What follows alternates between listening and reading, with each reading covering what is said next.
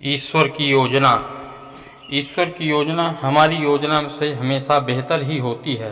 जीवन में कभी कभी ऐसा होता है कि हमें जो चाहिए, जिसका हम बहुत समय से इंतज़ार कर रहे होते हैं, वो हमें मिल तो जाता है, लेकिन कुछ ही पल में हमसे वो वापस भी चला जाता है। हमारे साथ से वो सारे मौके चले जाते हैं जो हमें बहुत समय के इंतज़ार के बाद मिले होते हैं। ऐसी स्थिति में हम ईश्वर को कोसने लगते हैं, हम ईश्वर से कहने लगते हैं कि आपने मेरे साथ ऐसा क्यों किया।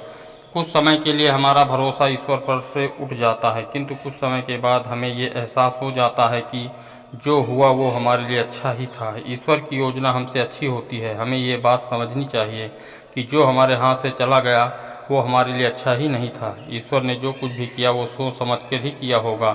एक छोटा सा बच्चा खेल रहा था, खेलते खेलते उसके हाथ में चूहे मारने की दवाई आ जाती है। बच्चा नादान था, वो नहीं जानता था कि ये चूहे मारने की दवाई है। वो तो इस दवाई को चॉकलेट समझकर खुश हो रहा था।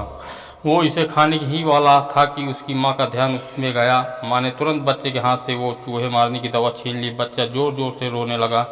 बच्चे के रोने के बावजूद भी माँ ने उसकी एक नहीं सुनी और वो दवाई उससे कहीं पे छिपा दी, क्योंकि बच्चा नहीं जानता था कि ये चॉकलेट नहीं, चूहे मारने की दवाई है। पर माँ तो जानती थी कि ये चूहे मारने की दवाई है और ये मेरे बेटे के लिए सही नहीं है। बच्चे को कुछ पल खुशी देने के लिए माँ उसे वो दवाई नहीं दे सकती थी, क्योंकि वो उसके लिए हानिकारक थी। वैसे ही जब हमारी ज़िंदगी में हमें कुछ ऐसा मिले जो हमें कुछ पल की खुशी दे और फिर वो वापस चला जाए, तो हमें निराश नहीं होना चाहिए। तभी हमें यही सोचना चाहिए कि हमें जो मिला था वो हमारे लिए अच्छा नहीं था। इस चूहे मारने की दवाई जैसा ही था।